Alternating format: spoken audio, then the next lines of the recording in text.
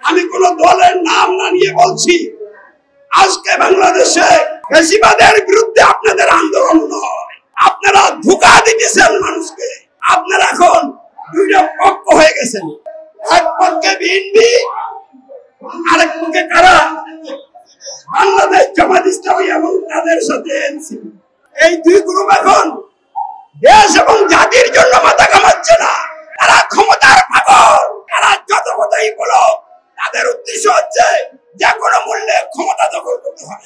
BNP চায় দ্রুত নির্বাচন হয়ে যাক, আমরা ক্ষমতায় যাই, সরকার গঠন করি, আবার ফ্যাসিবাদী কায়দায় রাষ্ট্র পরিচালনা করি।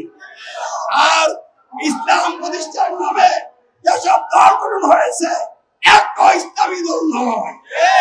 এসব প্রচলিত ভুয়া বাতিল ইসলামী দলগুলো ঐক্য করে বিএনপিকে হারিয়ে ক্ষমতা দখল করে তারা তাদের নিজেদের কর্তৃত্ব প্রতিষ্ঠা করতে চায়। তাহলে এখন ক্ষমতার দ্বন্দ্ব শুরু হয়েছে।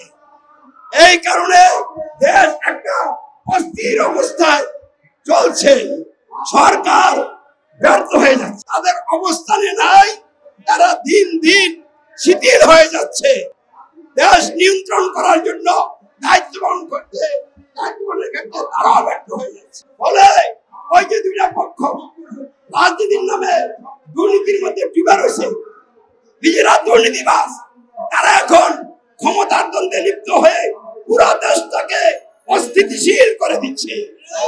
আর নেপথ্যে আরেকটা গ্রুপ, ওই ফ্যাসিবাদের দূষর যারা, ফ্যাসিবাদী যারা, আন্তর্জাতিক ফ্যাসিবাদ যারা লালন করে, তারা সকলে দেশটাকে অস্থির করার জন্য নেপথ্যে থেকে বল গাড়ি কাটছে।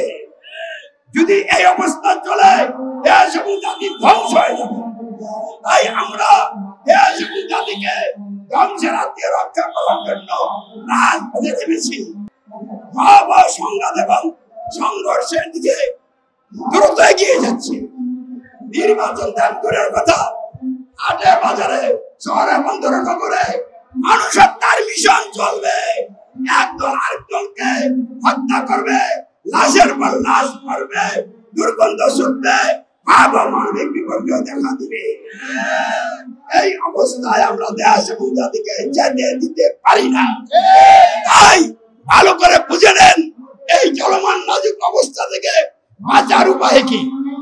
বাঁচার উপায় মাত্র একটা, সেটা কি?